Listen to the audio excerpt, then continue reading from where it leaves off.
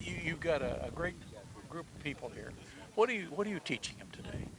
Yeah, so we're telling them a little bit about our research program, the breeding program at University of Illinois, and also we're talking about this new experiment that we have, which is looking at wheat management. And we're collaborating with Connor Sybil in the crop physiology group at University of Illinois to do that. Um, Let's talk about that management mhm. program.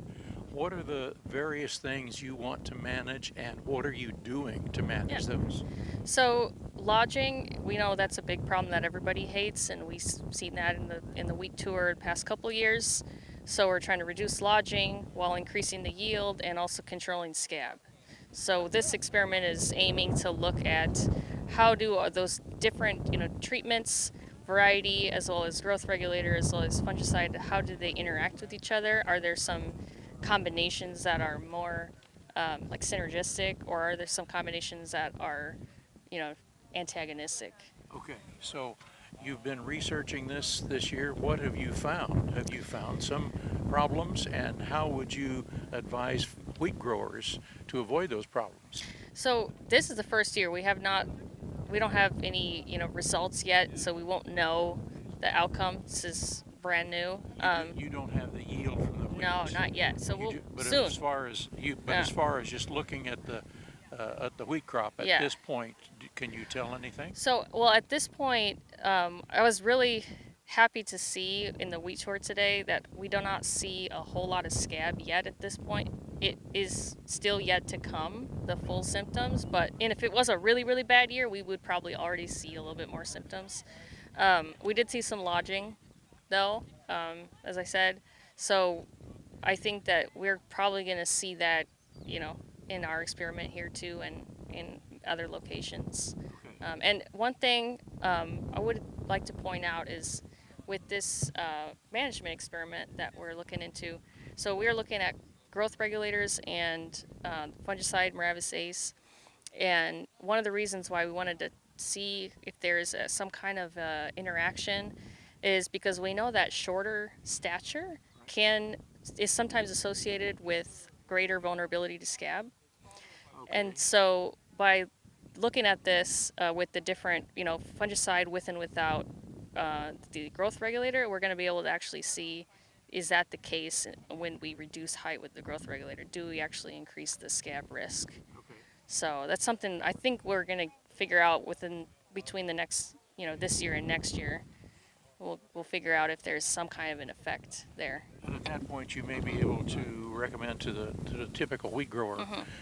what to do and what not to do. Yeah, so I think if we do see that sort of effect, it just really emphasizes that either in those high management programs, you might also benefit from having more varietal resistance as well, or you just have to make sure that you really get the fungicide treatment on. Like if you put the growth regulator, you really need to be doing the fungicide. That's something that that we think we might sort of results we might see. Now, are Yeah. you having to come from Urbana to Edwardsville frequently?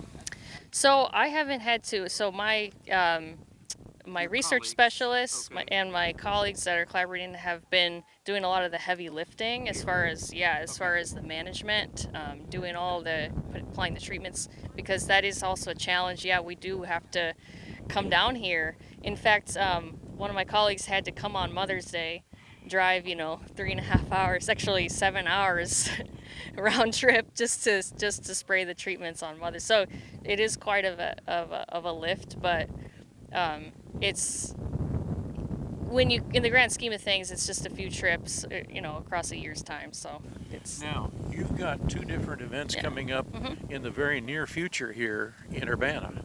Mhm. Yeah. Let's give a plug for those. Yeah. Yeah. What do you want to invite people to do and when? So we have a couple of different outreach events. So one coming this Friday, May 23rd, is at Riggs Brewery. We have some demo plots of wheat and barley and triticale. And so that is for anybody who's interested in learning more about small grain production, how it's used in Illinois. So any families are welcome, farmers come, people that are interested in beer come. Just it's a big mix of people. And then you've got we've got June 6th. We have a field day that's at the South Farm at Urbana.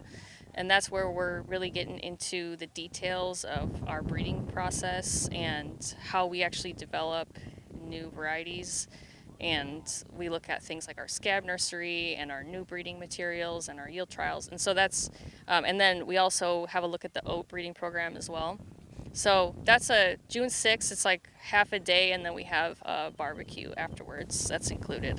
And, Yeah. and those are all open to the public. If they want to Yes. know the details, they can go to the extension calendar That's probably and right. look up ag events because I've seen it on there. So, Yes. okay. Yeah. That's right. Jessica, what have I not asked about today that farmers should know about what you are doing for them? Um. Gosh, that's a tough question. I don't know. Um. I guess I could say that, we're just every year we're working diligently to get some incremental improvements, so even though you don't see huge jumps from year to year, I think one statistic that impresses me is that in the past 40 years we've doubled the state average yield for wheat. So, yeah. Congratulations to I you. mean, that's not just breeding. That's everything, right? That's the management, that's everything. But state average wheat yield in Illinois has doubled over the past 40 years. So I think that's something we can be proud of as a That's state. going to get some Yeah. people's attention, and it's going to cut away on some bean acres and corn acres, maybe, Well, I don't or know. or at least begin a double Yeah, crop yeah, then. yeah. I mean, it's not a zero-sum game. I think we're all on the same team, but I think people that probably haven't grown wheat in a while, maybe they'll think about Pleasantly trying it again. surprised. Yeah, yeah, for sure.